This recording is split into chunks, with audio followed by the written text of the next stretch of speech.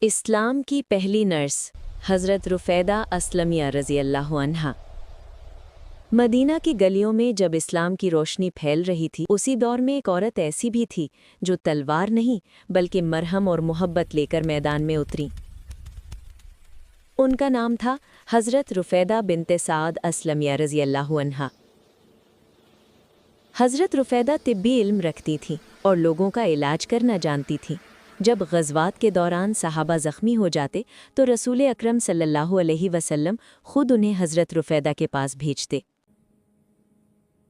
مسجد نبوی صلی اللہ علیہ وسلم کے قریب حضرت رفیدہ نے خیمہ قائم کیا جہاں زخمیوں کی دیکھ بھال کی جاتی تھی۔ یہ خیمہ اسلام کی تاریخ کا پہلا فیلڈ ہسپتال تھا۔ حضرت رفیدہ زخم صاف کرتیں، مرہم رکھتیں اور مریضوں کو حوصلہ دیتیں۔ وہ صرف جسموں کا نہیں، دلوں کا بھی علاج کرتی تھیں۔ رسول اکرم صلی اللہ علیہ وسلم ان کے کام کی قدر کرتے اور ان کی خدمات کو سراہتے۔ حضرت رفیدہ دولت یا شہرت کے لیے نہیں بلکہ اللہ کی رضا کے لیے خدمت کرتی تھیں۔